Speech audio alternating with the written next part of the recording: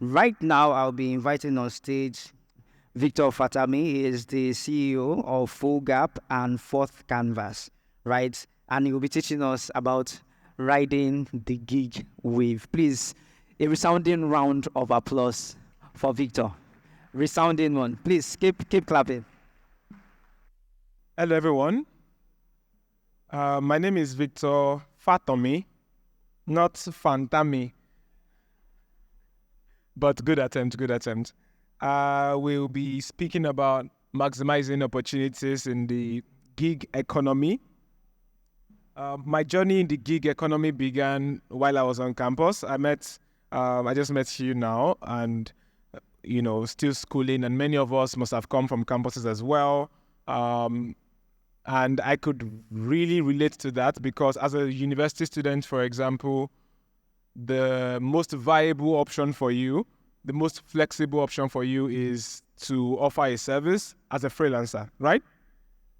And even for fresh graduates or people in the earlier stages of their career, or even people who have gained experience over time, sometimes increasingly especially also with the behavioral evolution of our young people, ourselves, and those who fall into the Gen Z category, as well as the generations coming after them, it's becoming more accepted or preferred. The freelance way to work affords more flexibility, and it has become the in thing. When I was a designer on campus, I worked with my classmates, basically, and that meant that I got paid as low as 500 naira. That was the lowest one I could recall. And a lot of the gigs were free because, where are the clients?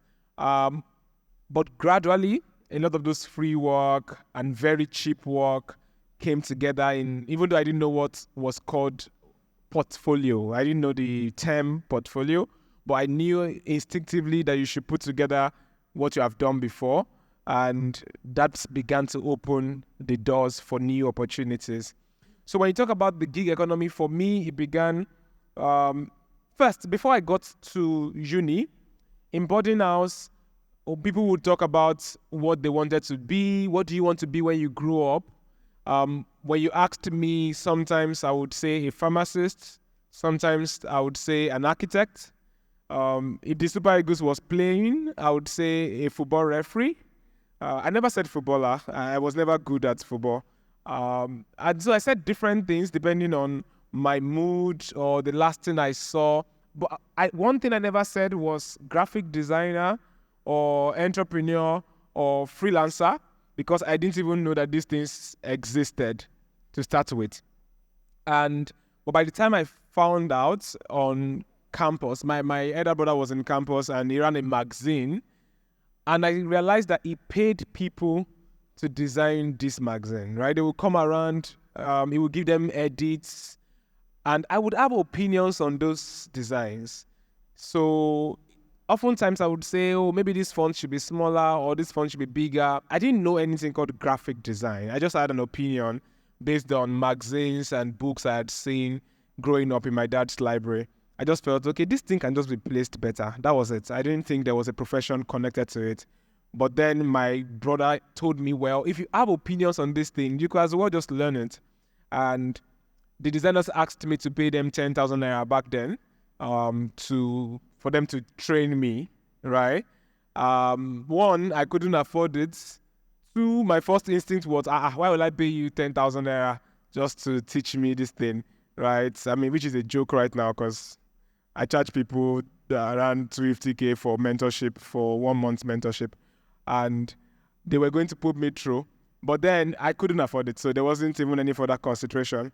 But I started to play with the software, and because one thing about softwares or anything on your computer is there's nothing you press that will make your computer burn in flames.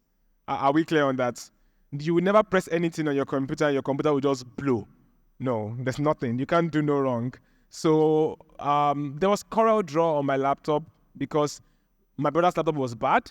So they installed CorelDRAW on my laptop so that they can view the source files. So when they were done, the remnants was there, and I started to play with it. And that was the beginning of my journey to graphic design.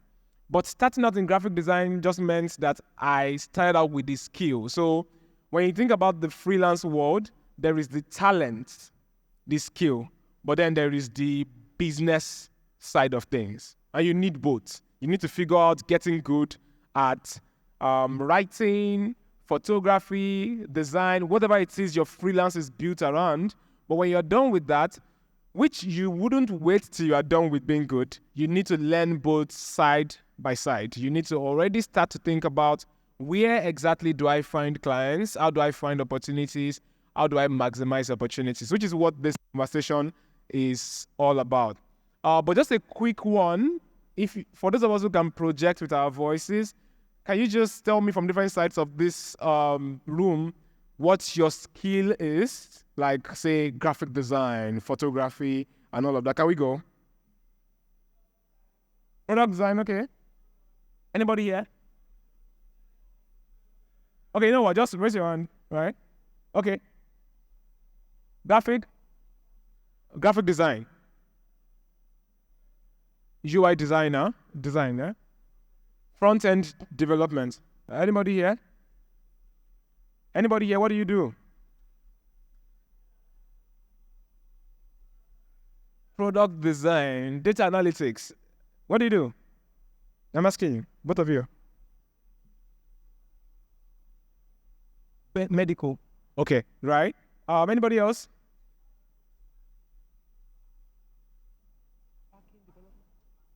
Back-end development. Thank you. I'm assuming that some of you have figured out or are figuring out the skill of it, right? The talent of it. Hopefully I can share some of the things I have learned, figuring out the business side of it. The first breaking news that everybody needs to be aware of was that when I started graphic design, it was a side thing. It was that kind of thing that you did when you said, you know what, I'm on campus, I'm just trying to make ends meet, just earn some income to support what my parents are sending to me.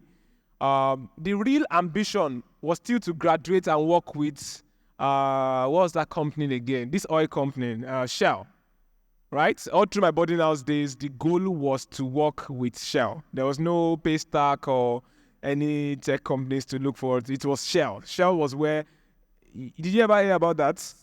Okay, good.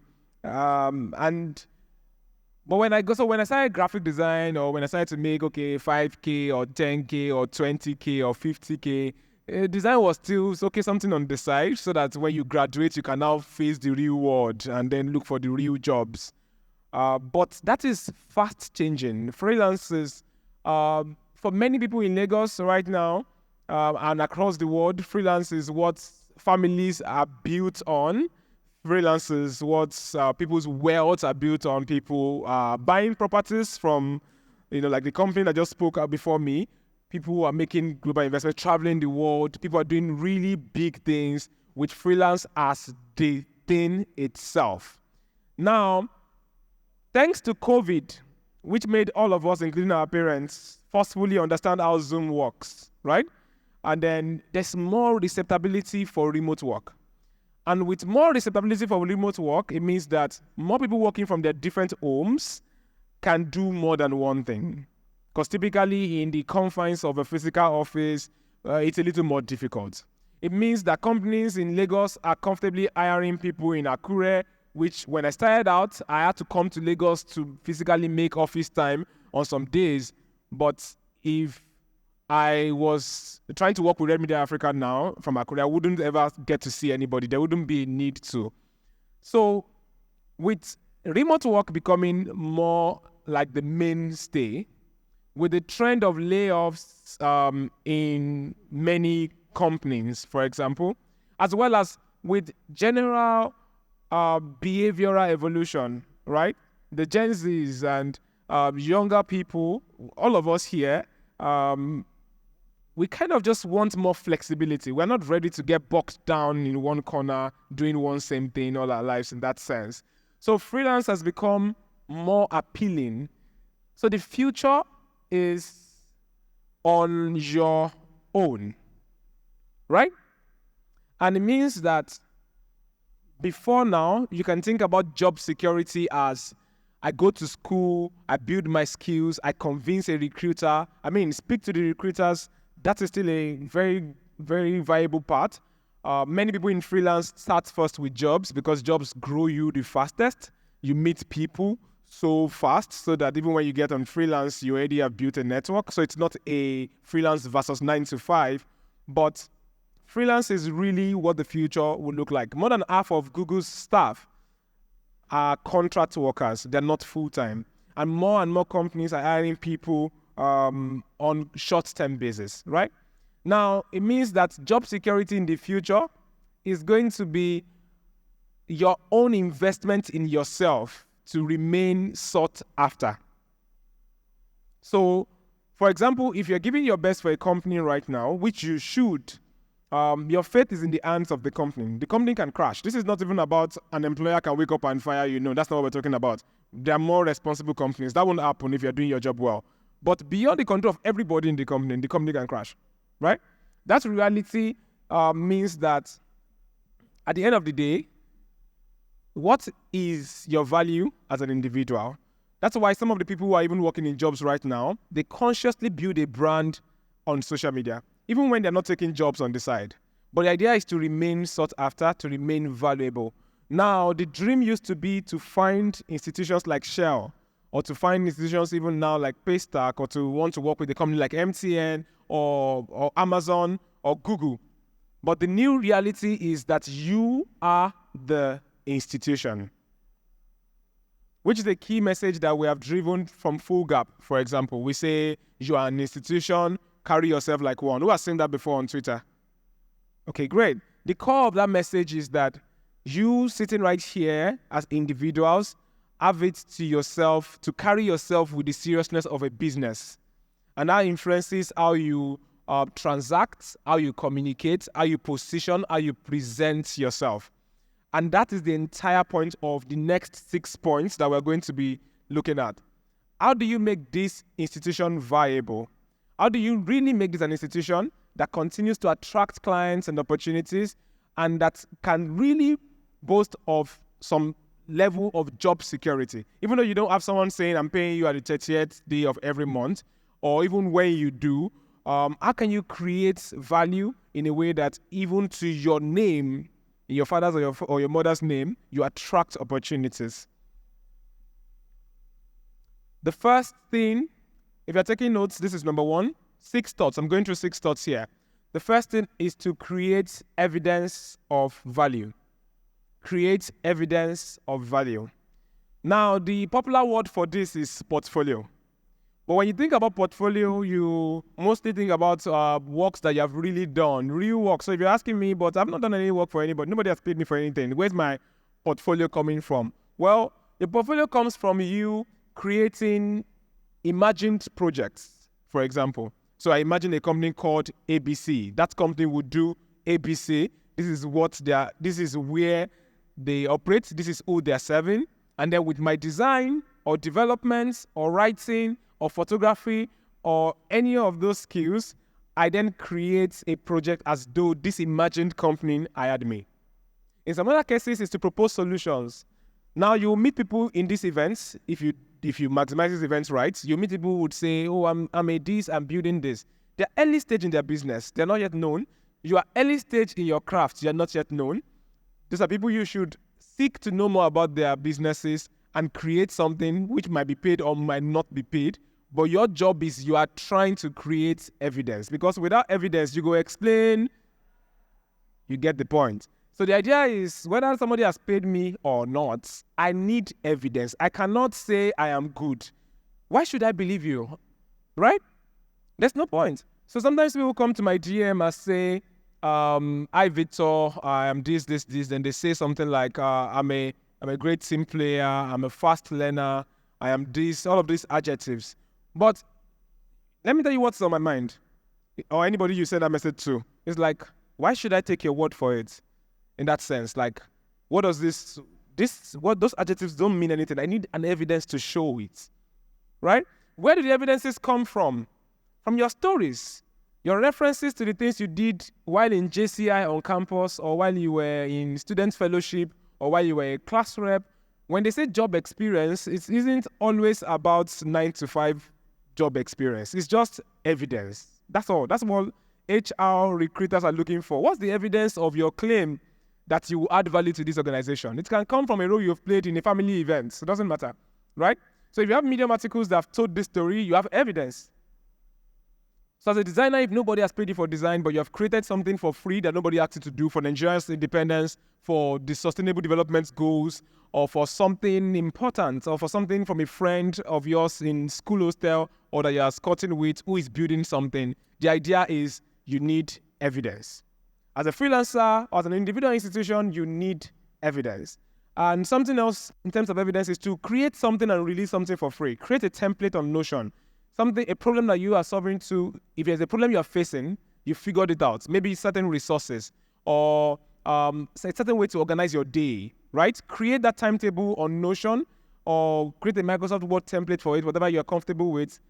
Post it online, give people access for free, right? So sometimes you are showing evidence of your traits or your qualities. Sometimes you're showing evidence of your skill. Sometimes it's about, there's your skill. This person is good in design. Then there is, this person is an organized person or a creative person or an open-minded person. Those are traits. So there are skills and there are traits, right? And these things matter, both whether you're seeking jobs or you're seeking opportunities as a freelancer. But the idea is reflect on where is the evidence for my claim? Why should I care about you for a job or for an opportunity as a freelancer? So the first point, are we clear on that? Create evidence of value. Number 2, do more with your portfolio. So when you put that evidence in number 1 together, in that PDF or Notion or something that shows everything together, you should know that the work is not enough. There's a lot more that your portfolio can be doing than showing your work. What have people said about you in the past, right? What was the last person you collaborated with? What was their comment about you? What is your ideology about your work? Consider one short paragraphs capturing these things. Now, you show me your portfolio, but what if I open it and I see this is my best work? What if out of 5 works in your portfolio, there's also you identifying for me that, if you don't have time to look at this entire portfolio, see this one, or this is my most recent work, right? So sometimes you can just give someone a portfolio that has 6, 7 projects on it. But what if you had a link that is focused on the one you are most proud of? And then where is all of the context? What happened on that project? What happened somewhere in the middle of the project? What did the client say? What was the time in that project where you had a challenge and you had to overcome that challenge? How did it go? Because me, as a client that is considering to hire you, I have worked with people before, and there have been different challenges apart from the work, right? And then I'm scared. I'm a little reluctant. I'm taking a risk hiring you. What if you shed light on how you have handled difficult situations on projects in the past? So your portfolio is not just the actual photos or designs or writings. There are other bits that you can add to it that can help to inspire trust in the person looking at that portfolio, right? And the best way to think about that is to put yourself in their shoes. If I run a company worth XYZ and I'm trying to hire a person for this, either a job or in this case for gig economy, either for a gig, what are the things that if I see them, I'll be impressed about? Are we clear about that? So the idea is think further about your portfolio, think about your ideology, feedback you've received in the past, extra context about how the work in progress went, older versions of the result before the final one you're presenting, even discarded options that didn't make it to the final results. All of these things can add more context to your portfolio. Add human elements, right? Put a picture of you tired sometime in the middle of the project, right? And then maybe show a picture of you smiling at the end of the day. Find even funny elements, things you didn't think belongs in a portfolio. Guess what? Nobody else does that, and your portfolio stands out. And one last thing before we go with your portfolio design is hierarchy. Sometimes you open some portfolios and there's everything everywhere. think about the person reading this thing. If you have 2 short columns writing some text on a page, that's fine. Can you pick one sentence from all that text and make it bigger somewhere to the left? Are we together on this? Right? If you're going to have a grid of certain squares, can you make one square obviously bigger than the rest? So think about arrangements. You don't have to be a graphic designer to think about how can I make this page simpler to read. And one of the things that we designers will tell you from the position of hierarchy is when I see your page, one thing should get my attention first. And then another thing. Designers, are we together? Right? Our designers have fun now. Exactly. So it means that if you have a big text, say font size 36 or 48, you can't have another text that is like 30 on the same page. There should be the clear king or the clear queen, right? And the goal of this is not just graphic design rules. It's like the reader, think about the ease with which the reader interacts with your content. And that also comes to life in what I said earlier, that if I have 7 projects, what if I make it clear at the beginning that this is my major project? Meaning, if you don't have time to look at these 7 projects, look at this one. So think about the other person at the other side of looking at your portfolio, and that can help you do more and achieve more with your portfolio. But I spoke already about context. I spoke already about the human elements, about feedback you've received. There's a lot more things that can be in your portfolio than the actual work itself. And we have created evidences of value. We found a way to put it together in a portfolio that actually adds more context. But it doesn't mean anything if people can't find this portfolio by themselves, or if it's just really difficult to find. I know that sometimes people wait till you ask them before they can share their portfolio. Maybe they are scared of someone stealing their portfolio or something like that. And those things don't count, to be honest. Even the portfolio that you created is inspired by portfolios you've seen before. Am I lying?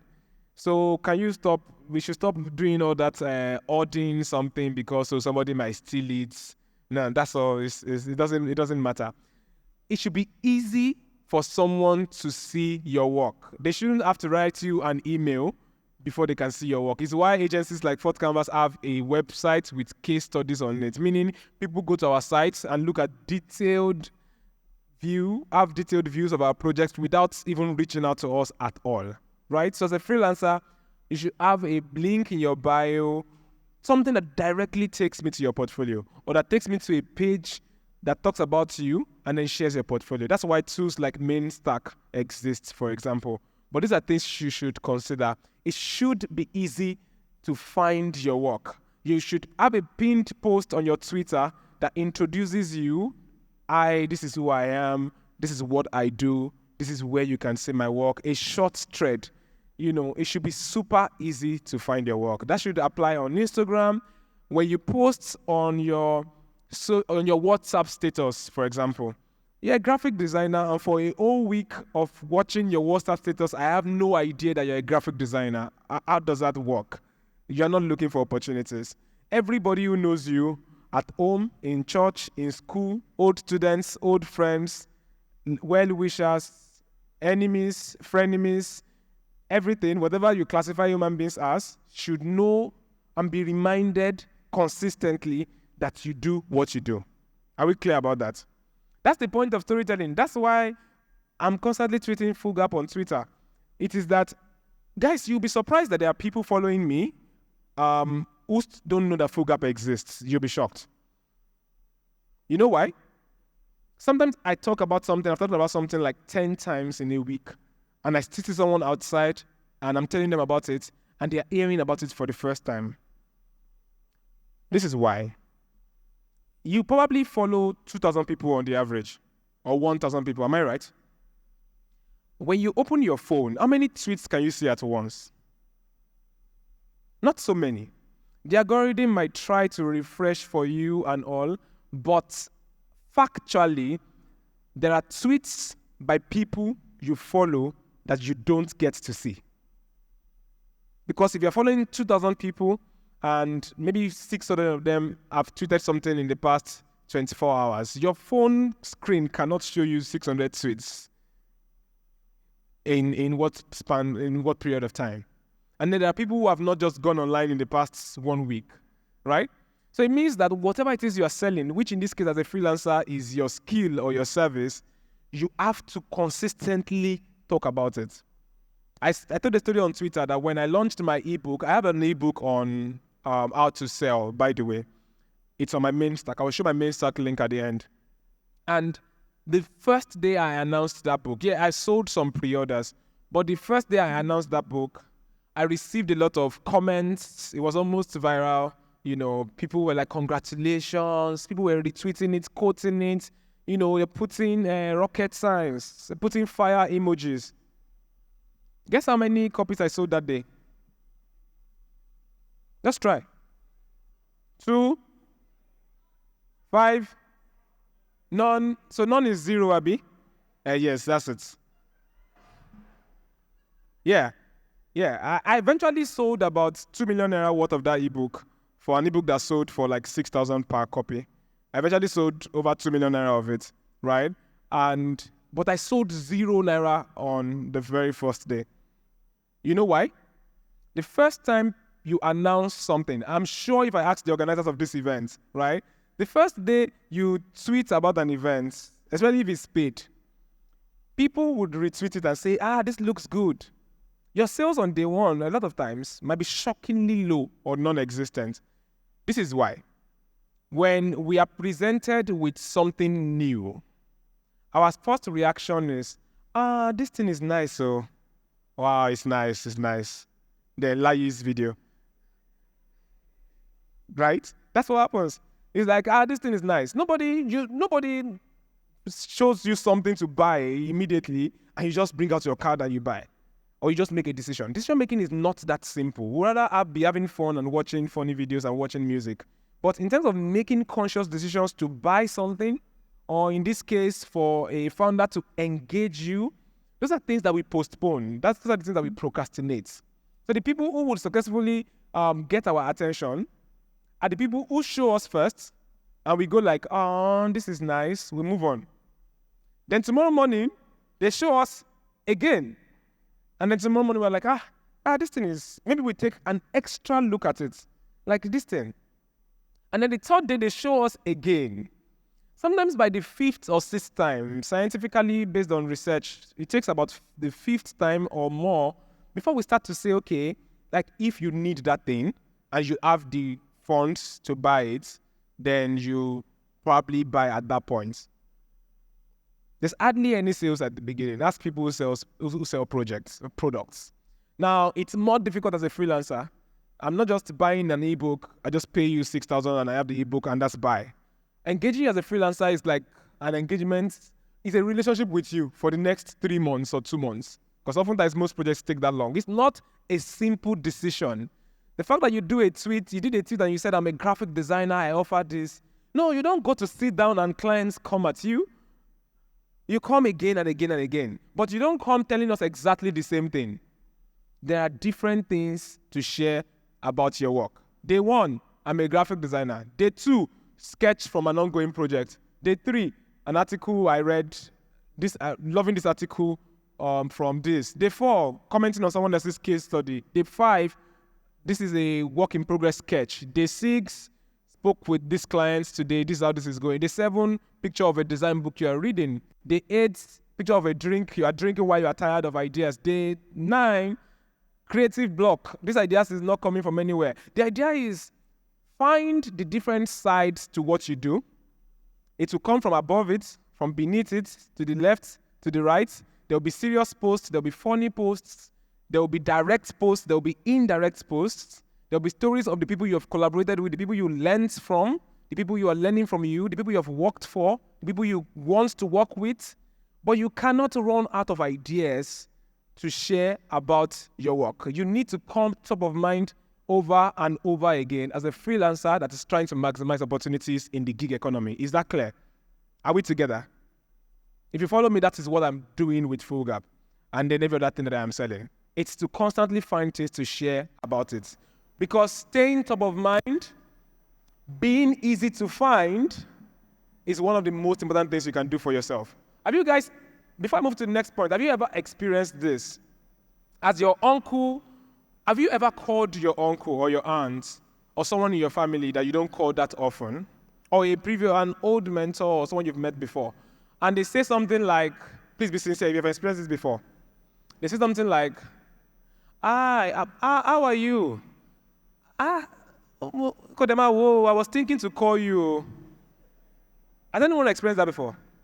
Okay, good. They go like, you know what? I was actually thinking about you last week. I said I was going to call you. Guess what? They were not going to call you. At the same time, they were not lying. Are we together?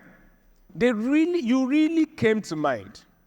Then they moved on because life, there's kids' school fees to pay. There's different things on people's minds, right? Then sometimes, this is what has happened to me before, and I'm sure it happens to many people. An opportunity comes up. Guys, this might be you. Watch out for it. Listen very well. An opportunity comes up. There's a designer or someone who has posted their work before. And I saw it, and I'm like, this is really good. Maybe not design, something else. Now, weeks after, are we together?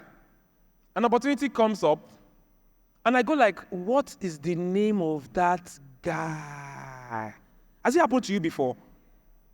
Maybe you need something, you want to recommend someone, you want to forward someone's Andrew. You're like, jeez, like, and you can't recall it. Guess what? If that guy posted in that minute, what happens? Are we together? Even if they posted about the music, a song they are listening to, something not related to that work, you're like, nah, that guy be that.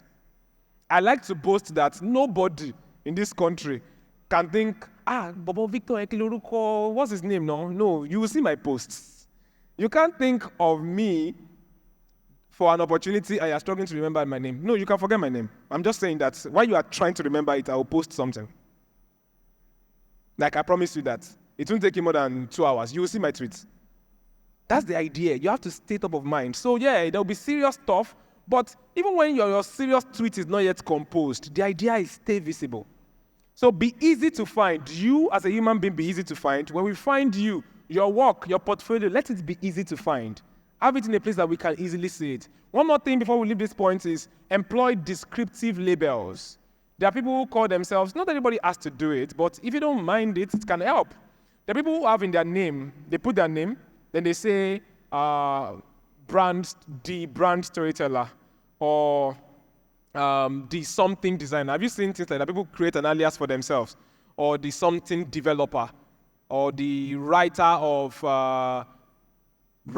golden words, something like that. It's not a company name. It's not anything. It's just like a label that you chose for yourself. What that does is that even if you are arguing about Peter Obi or something that is not related to your work, or you're arguing about Chelsea or Man U, right?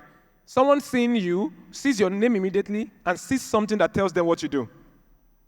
Are you guys following? So the idea is simply make it easy to find you. Number 4, is anybody taking notes? Let me see your notes.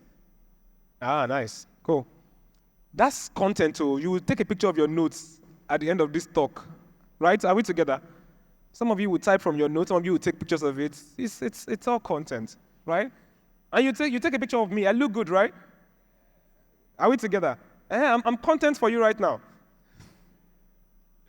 Ask for referrals. Ask for referrals. Don't wait. There are people who will refer you without you asking, but don't wait for them to be kind. Ask for their kindness. There are people who are impressed with your work, but they don't remember. Go and ask them. Go and also them if you prefer that. Ask people. It's not just people you have worked with, though. That's number 2. Ask people you worked with. Number 1, ask people you know. Like, everybody you know should be aware that you do X and you're open to opportunities relating to X. So ask people you know, ask people you worked with, ask publicly online. It's fine to go online and say, I am this, I do this, I am open to opportunities at this. Of course, that can't be what you keep saying all the time.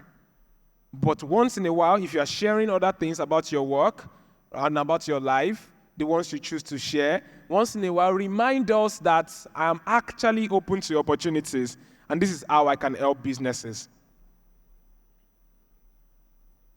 Number 5, network effectively. Your clients are here. And sometimes maybe your client is not here, but someone who knows your clients is here. Are we together? Okay, there's a third one. I said first, your client is here. But maybe your client is not here. Maybe someone who knows your next client is here. Okay, maybe someone who knows your next client is not here. Someone who does not yet know that they know your next client is here. Do you get that? There's someone, say hello to the next person, to the person sit next to you. Just say hello. Okay, can you say hello to the person in your front? Tap them and say hello. Like I did here. Tell them your name. Okay, tell them your name, please. Then tell them what you do. Just in one word, like just say. Okay, nice. Nice. Now, there might be somebody looking for a client. Talking to another person looking for a client. But still, like if I'm talking to Shalom, let's say I'm looking for clients. Shalom is looking for clients. My client might be in Shalom's hand, and his own client is in my hand. You know why? Maybe I'm a designer. I know someone who needs community management service. That means that person I know is not my client. And then he's looking for community opportunities, but he knows someone who needs a designer. Meaning, when he sees that person, like the person doesn't need design, and he knows. He doesn't need community work, and he knows, so he probably moves on, right? But now that I know Shalom, and we create a relationship, when Shalom retweets my tweet, be easy to find. It still won't mean anything if I don't put anything out. Are we together? When Shalom retweets my tweet, the person Shalom knows who needs design suddenly finds me, and vice versa. Are we following? So when you are thinking of networking, don't come to this event looking at people and thinking, that person looks like they have money. Or this person looks like my next client. No. That person you are looking at that looks like, it be like say me and this guy, we define job together. That person is still your potential network. That person is still someone to meet, to wait and ask questions and to get their number and to build a relationship with. That's a new contact that should be on your WhatsApp, watching your WhatsApp status. Now, your status should not be empty. Your status is one very big, huge platform for your storytelling as well. Are we together? So network, we all want to network up, but network to the sides, network even down. Someone that looks like this person needs your help, network with them, pay attention with them. Do I still have up to 5 minutes? Okay, good. Now, one of the secrets to networking is to care about the other person. I know some of you rehearsed your elevator pitch in front of a mirror before you left the house. I am this is what I do, X, Y, Z, right? You have your script. When you meet someone, yes, tell them, but spend more time listening to what they have to tell you. When someone spends 30 seconds explaining to you what they do, don't really, sometimes you're just listening, you can't wait for them to be done so that you can tell them what you do, right? It's fine. Maybe you can go next, that's the next change. This is what I do, this is what I do. But go back and ask them about what they said. Show interest in them. That's the best way to build a connection with other people. You want to be heard, right? The person you're talking to wants to be heard. So don't just be a speaker. Be a listener. Inquire about them. That's how to build strong relationships. And then sometimes, please, don't just have in your head, I am a graphic designer. Find a short sentence that describes how you add value. Something like, I use my designs to help businesses present better. Are we together? Don't try to be creative with big words so Something simple and that clearly states your value. You're a writer, maybe, I am this, I write for, I help startups communicate their value propositions better. Do you get what I'm saying? Find your own. It's not enough to just be a graphic designer, a writer. Well, I've met 1,000 writers in my life, but if you told me something more direct about how you add value, I'm more likely to remember that. Keep a note. Get everybody you meet, ask for their number or for their handle, take notes on your phone, and remember to check back on them. Check back on them. It was nice to meet you at TechPoint Modern Workplace Conference last week. I checked out your website or I checked out your page. I liked what I see, if you like what you see, right? And that's another point about gratitude and giving people compliments. Compliments are good, right? But ensure that they are genuine. The point about compliments is that if you meet someone and you sincerely think there's something cool about them, don't keep it to yourself. The idea is not to find fake compliments because we can know when you are just boboing us, right? So, and one thing I do, and I can recommend for you as well, is appreciate people publicly. If you are scrolling through the streets of Twitter and you saw someone else's project and you think this project is dope, talk. Don't just smile and scroll through, right? Don't mince words with your praise. Because, guys, wouldn't you be happy if someone saw your own work that was good and made it obvious or expressed that they were impressed? Wouldn't you like that? So give what you want. That's the point about when you speak to someone, listen to them. Wouldn't you want to be listened to? The real secret is to give what you want. When you want more of something, you give more of it. That's how you attract it back. So I don't want to take too much time. I can speak for a whole day on networking. We're finally at point 6, and I'm sure the organizers are happy, right? Run like a pro. Inspire trust. Have you heard about buyer's remorse before? It's possible for someone to have a deal with you, and after they agreed a deal with you, they're still thinking to themselves, am I paying too much for that? Right? Now, if they can feel that way after they have paid, imagine the different levels of emotions they can feel in the different steps to hiring you. If you jump on a call with the clients and they discuss with them what they need, right? And at the end of the call, you send an email to them summarizing what you guys discussed clearly in clear points. Do you understand that inspires more trust in you? Are we together?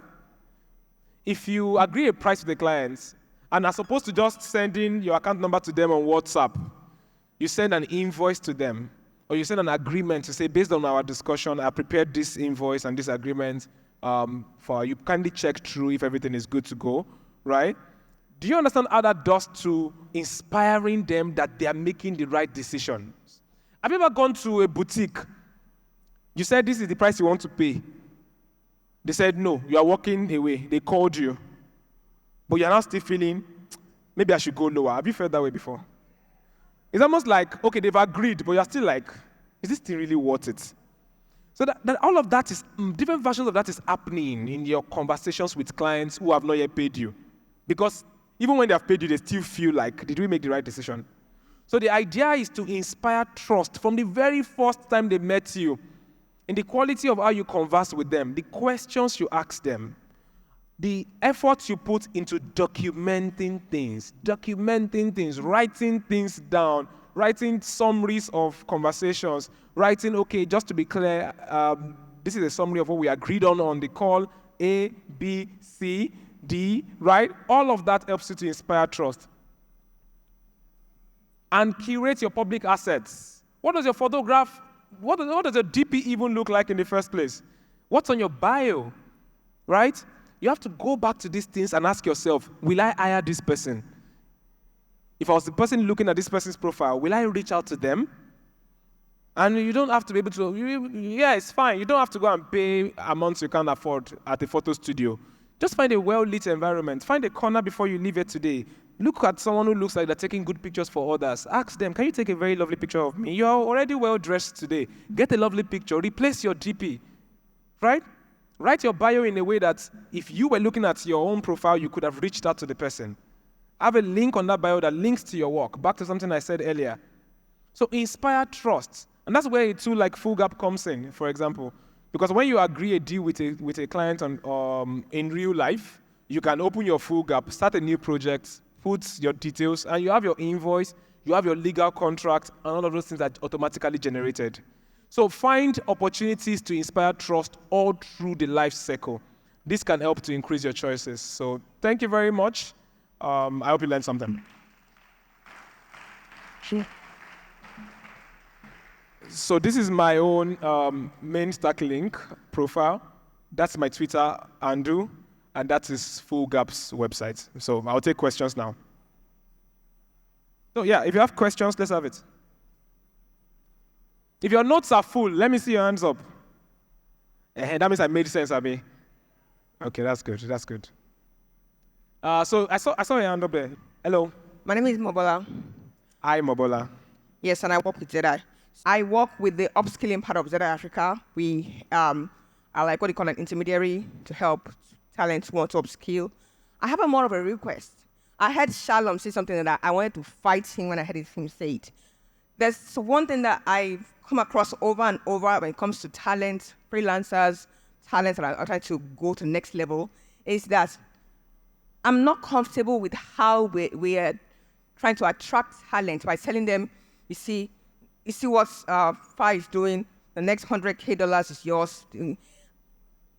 Is there a way you can communicate to them that, especially as you are starting, that the power of enthusiasm and adding value should be prioritized over trying to think that because you have done a Udemy course, you can charge Victor $10K. I mean, trust me, I know that the part of branding and how to price yourself is there, but I'm struggling a lot when I meet talent, interviewing talent, when you cannot match the quality of what you are presenting or your capacity to what you are charging.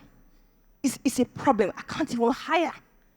So I need someone like Victor to communicate that the place of enthusiasm and being to offer, but to prioritize that before you name your price and be okay to grow into charging big money. I beg. Yeah. Thanks for that, Mobola. Yeah.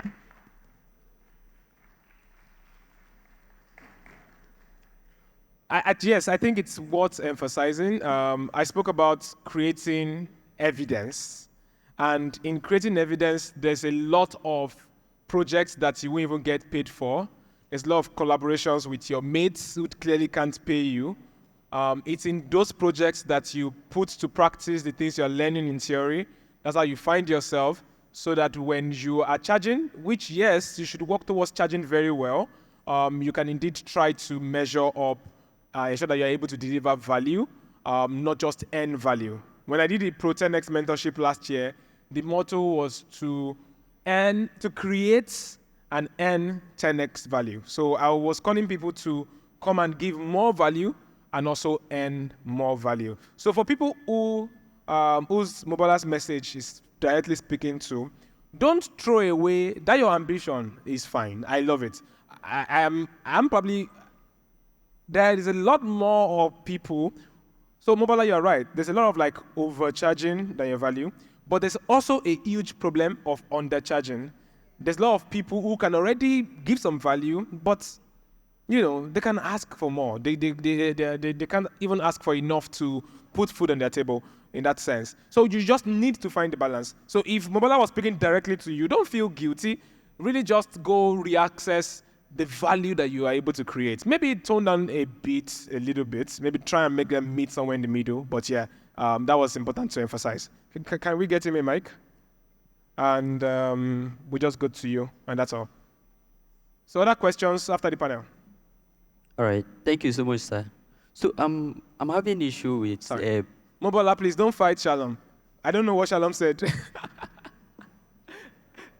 Yeah. All right. So I'm having an issue with choosing brand name.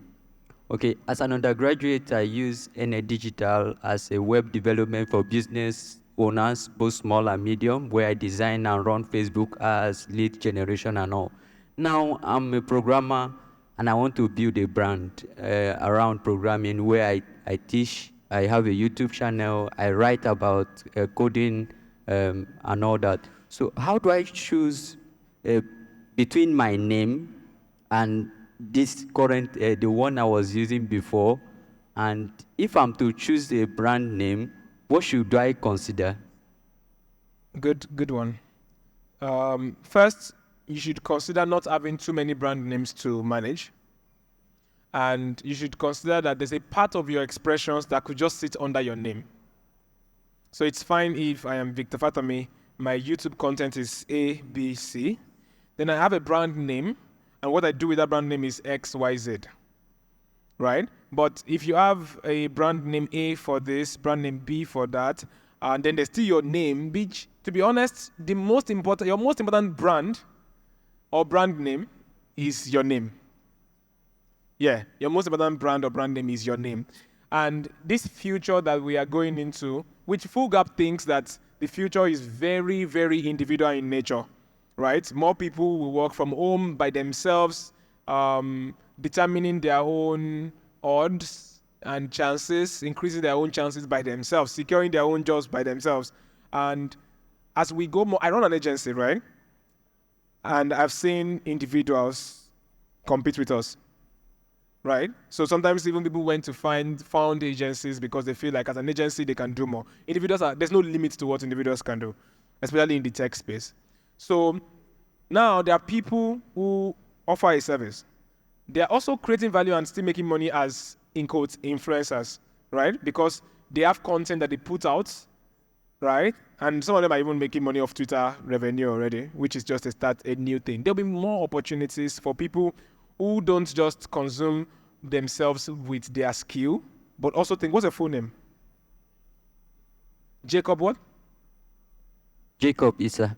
Issa. Yes. Yeah. So there's value in Jacob Issa. That's a brand name by itself.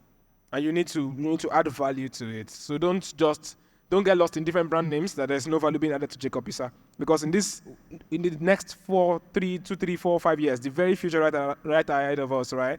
Individual brands in their father's name or their mother's name, that's going to be the number one strongest brand. That's why I, for one, am emphasizing founder-led marketing, or say founders being actively part of marketing, because people believe people.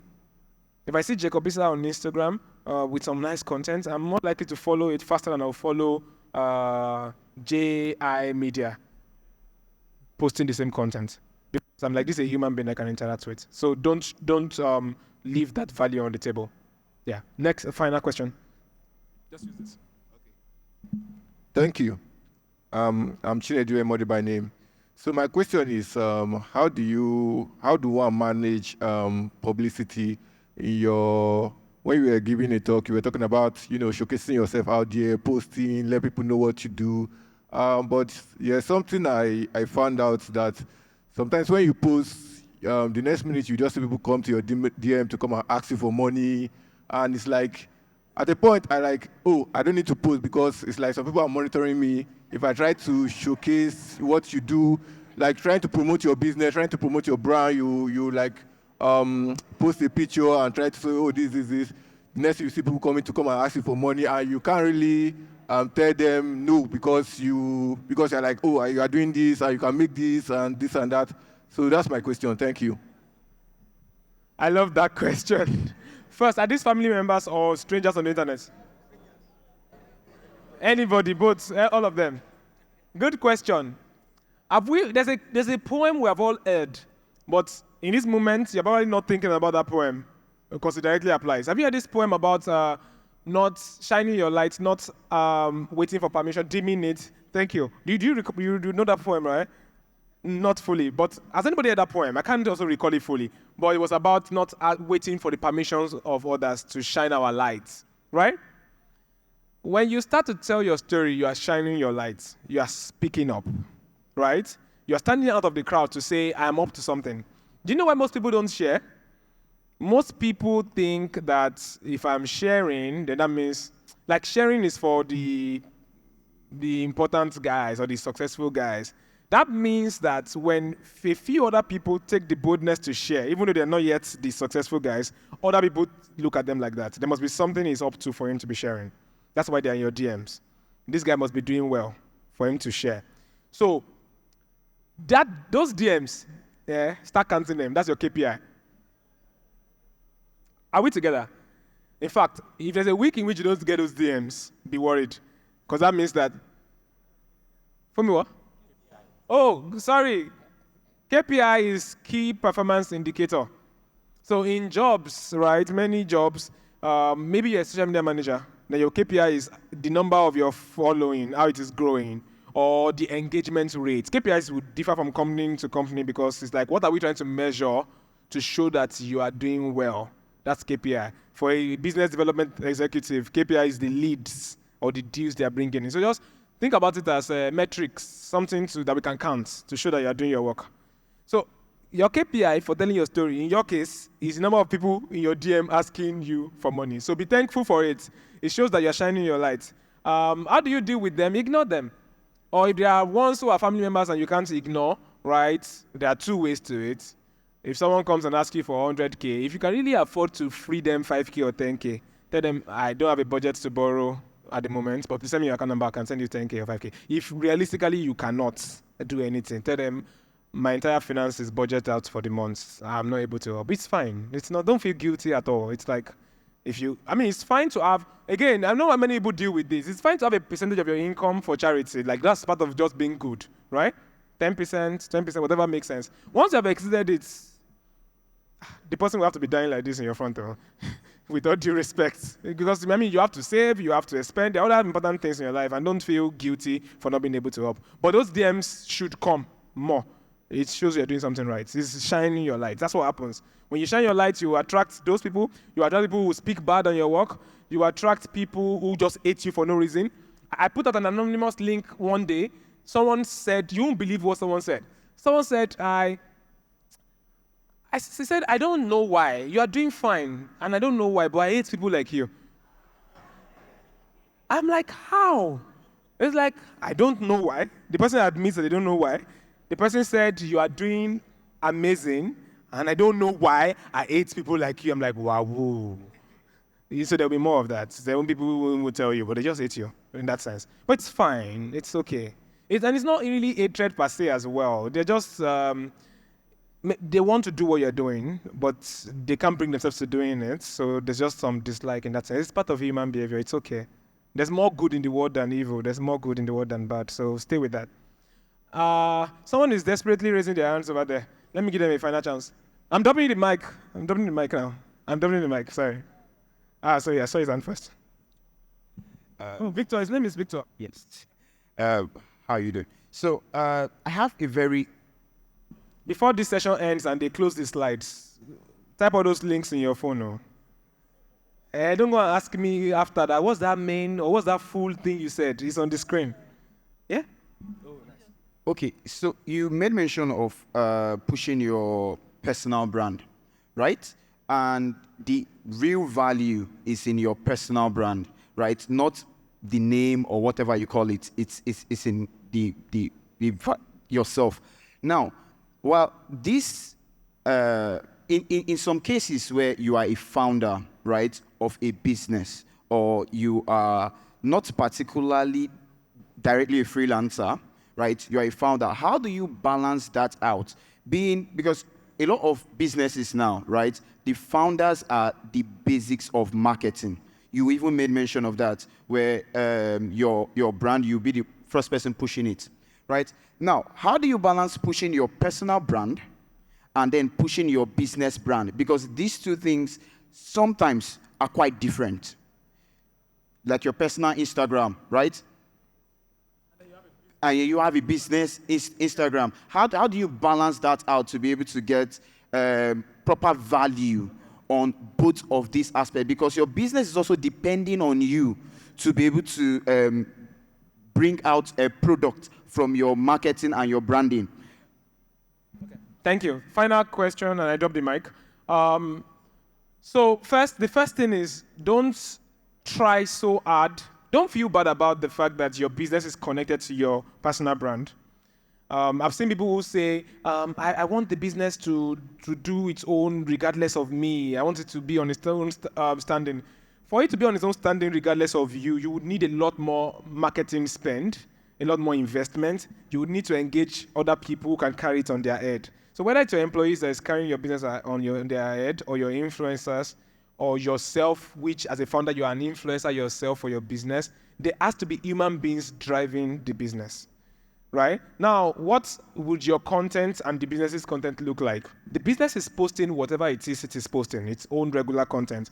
You are reposting some of those contents, and sometimes when you're reposting them, like a retweet or LinkedIn, you're adding more context to it. Right? So your business has said, oh, we are launching ABC, it does ABC, XYZ. You come in and comment, and you talk about how we have spent the past 4 weeks working on this. I'm super excited to see that it is ongoing. It is ready to go. Superb work for our team. You are the leader. You are adding the human context to it. So your content should be both your everyday lifestyle or whatever it is you like to talk about, as well as other references to the business. So your business had made a post, but there's a viewpoint that you have of the business. There's your people. There's the behind the scenes that we're not seeing. There are other things. There is the founding story. Why did you start the business? What's the memory that you can recall now, right, that helped to come this far? There's sharing your own journey, right? Because there's no time, I would say check FourthCanvas and me and see how that is working. I can recommend that I can boldly tell you that's a template you can follow. Thank you, everyone. Bye-bye.